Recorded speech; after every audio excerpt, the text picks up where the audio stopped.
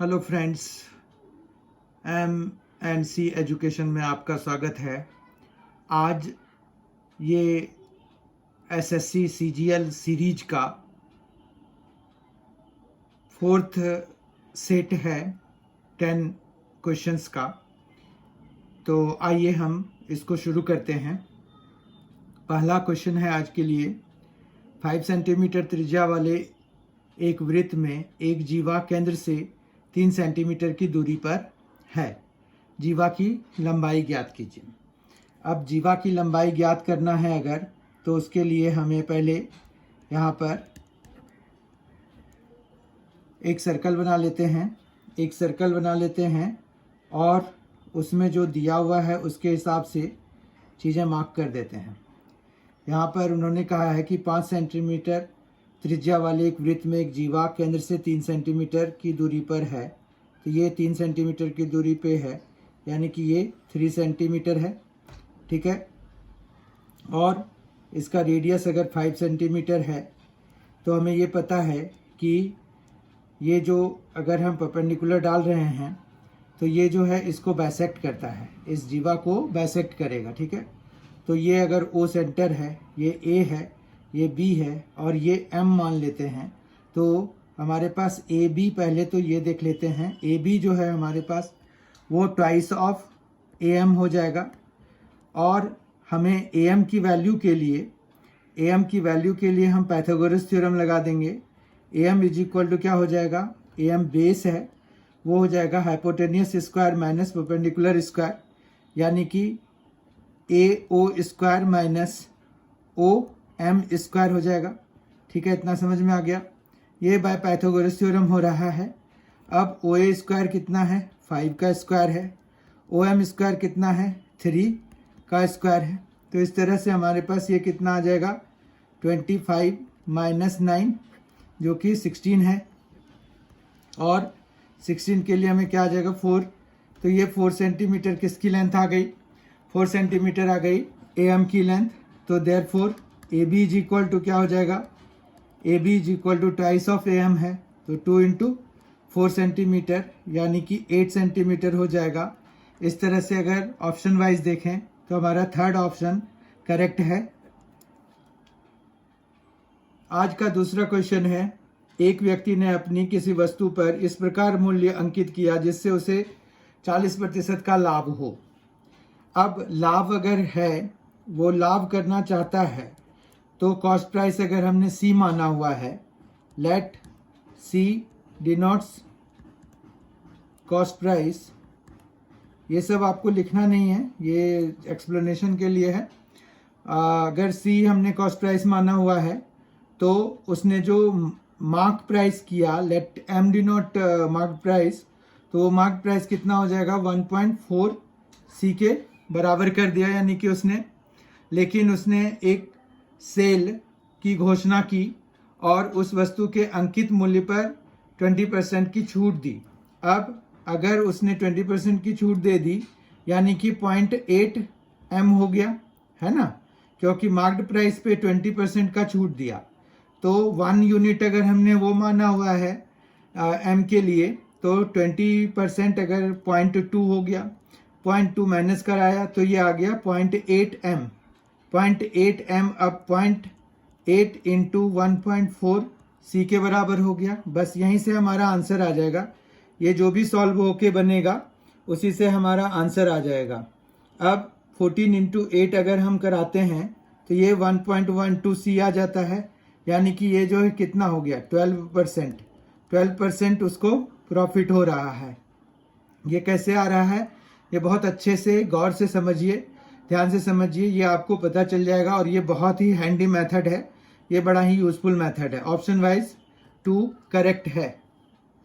Third question for today is, हमें ये solve करना है। एक एक्सप्रेशन दिया हुआ है -5/2 + 3/2 डिवाइडेड बाय 6 इंटू 1/2। ये बेसिकली बोडमास रूल का चेकिंग करने के लिए उन्होंने दिया हुआ है। ये बहुत ही बेसिक क्वेश्चन है, बट तब तक जब तक कि हम बोडमास रूल प्रॉपरली लगा पा रहे हैं। अगर जैसे ही हमें चूक होगी तो दिक्कत आ जाएगी। लास्ट सेशन में भी मैंने ये कहा था। तो आइए हम इसको पहले रीराइट करते हैं बेस्ड ऑन वुडमॉस रूल, तो ये -5/2 है, +3/2 भी आएगा। अब डिवीजन में क्या है कि इसको अगर हम 1 लिख के इसको अपॉन में कर सकते हैं, तो ये कितना आ जाएगा 1/6 आ जाएगा, जबकि इंटू 1/2 विल रिमेन सेम। ठीक है, वो जैसा है वैसे ही रहेगा।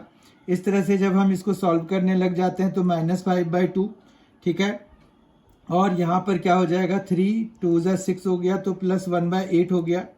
अब इनका हम एलसीएम ले लेते हैं, तो ये 8 हो गया, तो ये -20 आ गया और +1 आ गया। ठीक है, तो यहाँ पर कितना बन गया, ये -19/8 हो गया। अगर ऑप्शन वाइज देखें तो -19/8 कौन सा है, थर्ड ऑप्शन हमारा करेक्ट हो गया। क्वेश्चन 4 है आज के लिए, जो कि ट्रिगोनोमेट्री से रिलेटेड है। ये काफ़ी सरल क्वेश्चन है, बहुत ही सिंपल क्वेश्चन है। इसमें हमें प्रोवाइडेड की वैल्यू लिखना आता हो, वैल्यू हमें पता हो कि tan 30 डिग्री कितना होता है। tan 30 डिग्री हमारे पास कितना होता है, 1/√3 होता है। ठीक है बात, तो ये 1/√3 हो गया, प्लस tan 60 डिग्री √3 के बराबर होता है, अपॉन में cos 30 डिग्री किसके बराबर होता है, तो √3/2 के बराबर होता है। इस तरह से अगर हम एलसीएम लेंगे तो 1 + 3/√3 इंटू √3/2 हो जाएगा। तो ये 2 अपॉन में है, यहाँ पर डिनोमिनेटर में है, तो ये ऊपर चला जाता है, न्यूमरेटर में चला जाएगा, तो ये न्यूमरेटर में आ गया। फिर यहाँ पर क्या हो गया, ये 4 × 2 हो गया ऊपर, अपॉन में √3 × √3 3 हो गया, तो ये 8/3 आ गया। तो इस तरह से अगर हम देखें तो ऑप्शन 4 करेक्ट है। 5th question for today is, यदि किसी संख्या के 62% और 80% के बीच का अंतर 198 है, तो इसका क्या मतलब हुआ कि अगर कोई भी संख्या x है और उसका जो 80% और 62% का डिफरेंस, मतलब 0.8x और -0.62x, ये जो है वो 198 के बराबर है। बेसिकली हमें जो है यहाँ से अगर देखें तो 0.18x जो है वो 198 के बराबर हो गया। ठीक है बात, तो इस तरह से यहाँ पर x की वैल्यू आ जाएगी 198/0.18, पॉइंट हटाते हैं तो यहाँ पर क्या आ जाएगा, 2 जीरोज आ जाएंगे क्योंकि 2 डेसिमल्स हैं हमारे पास। फिर 18 11 और 1100 आ गया। ठीक है बात, तो जो नंबर है वो 1100 है। अब 92% और 56% के बीच में जो अंतर है वो 0.92 - 0.56 से आएगा, और इनटू में x कराना है तो 1100 हो जाएगा। तो हमारे पास जो अंतर जो पूछ रहे हैं वो यहाँ से आ जाएगा।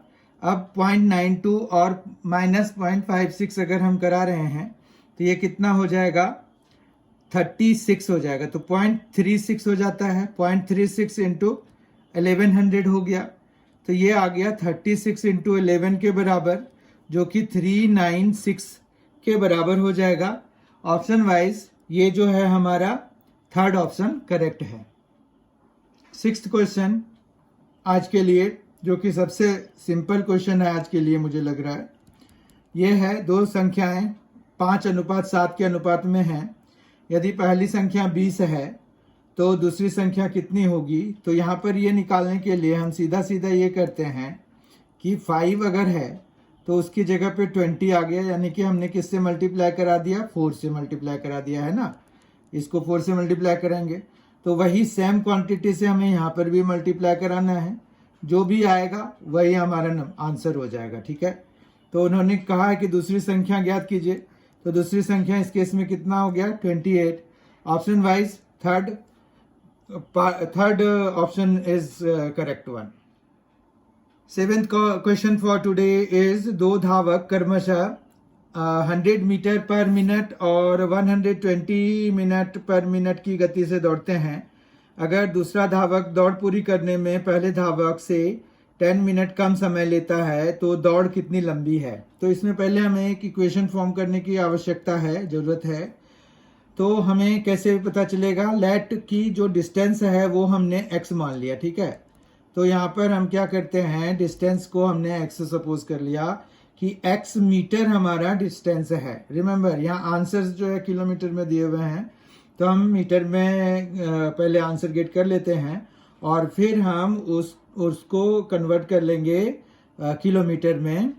तो बाय डिवाइडिंग इट बाय 1000, यहाँ पर पहले ये है कि distance by speed will give us the time, तो ये हो गया time taken by the first. And जो दूसरा वाला धावक है वो कितना टाइम लेगा, वो थोड़ा कम लेगा, x बाय 120 लेगा। और ये कितना मिनट कह रहे हैं कि 10 मिनट, मतलब पहला वाला 10 मिनट कम समय ले रहा है। ये दूसरा वाला जो दूसरा धावक है वो दौड़ में पूरी करने में पहले धावक से 10 मिनट कम समय लेता है। तो ये इक्वेशन हमारा फॉर्म हो गया। यहाँ से हमें जो है x की वैल्यू निकालनी है और वही हमारा आंसर हो जाएगा। वो मीटर में आएगा, हम उसको किलोमीटर में चेंज कर लेंगे। तो let us take x common. तो हमारे पास यहाँ पर 120 और ये है 100 है, तो इसका जो एलसीएम होगा वो कितना हो जाएगा आपका। तो यहाँ पर अगर हम देखें तो ये 600 हमारा कॉमन आ जाएगा। तो यहाँ पर क्या आ जाएगा, 6 - 5 आ जाएगा, ठीक है। तो ये 10 हो गया।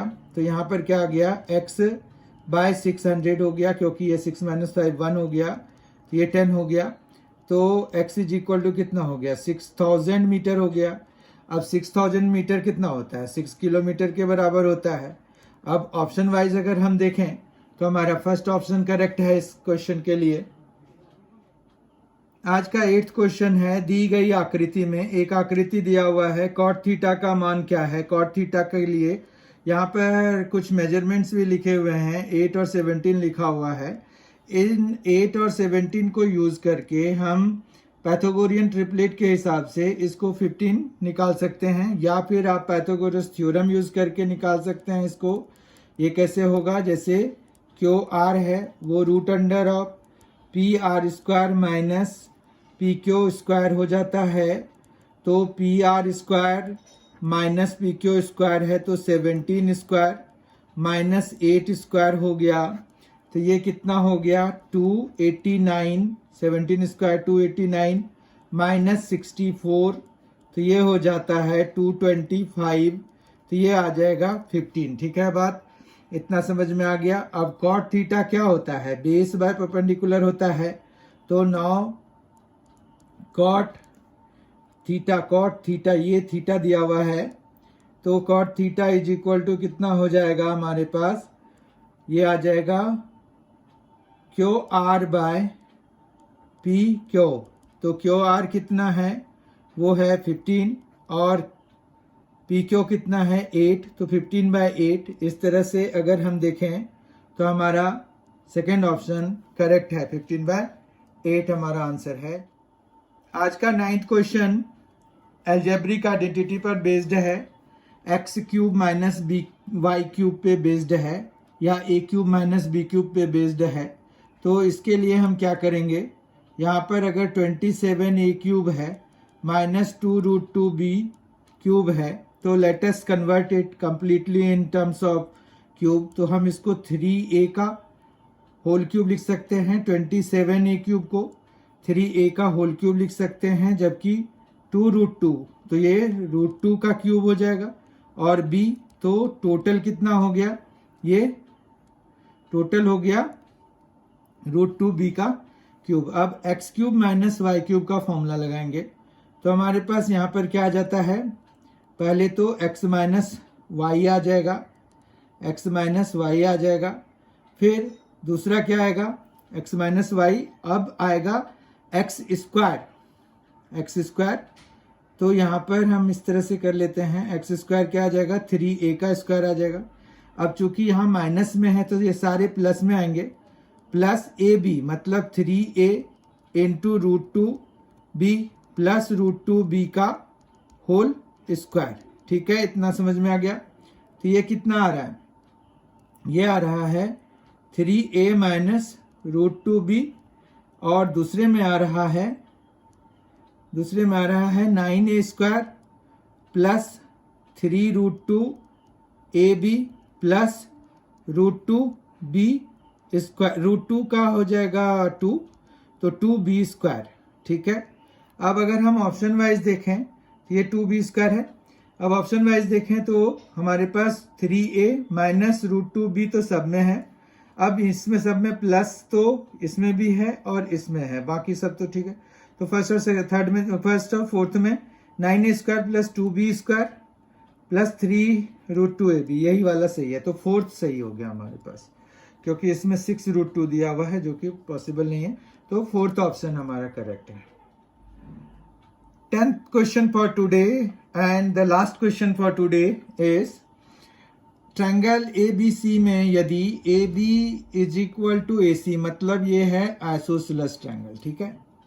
उसमें एंगल दे दिया है BAC 40 डिग्री, ये भी ठीक है।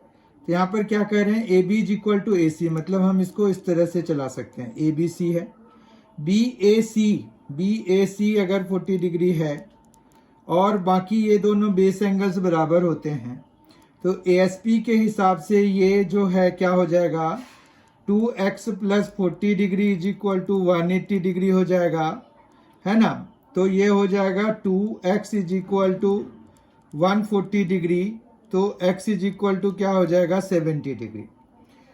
अब अगर ऑप्शन वाइज हम देखें तो हमारे पास फर्स्ट ऑप्शन करेक्ट है। इस तरह से हमने आज फोर्थ सेट ऑफ 10 क्वेश्चंस जो कि SSC CGL 2020 मार्च 2020 में पूछे गए क्वेश्चंस हैं, उनको हमने डिस्कस किया। तो इस तरह से फोर्थ सेट हमारा ख़त्म हो गया आज, और अब मैं नया मतलब फिफ्थ सेट के साथ अगले वीडियो में आऊँगा। तब तक के लिए बाय। अगर आपको ये सेशन पसंद आया है तो इस सेशन को लाइक कीजिए, इस वीडियो को लाइक कीजिए, अपने फ्रेंड के साथ शेयर कीजिए और MNC एजुकेशन को सब्सक्राइब कीजिए। बहुत बहुत धन्यवाद। Thank you very much.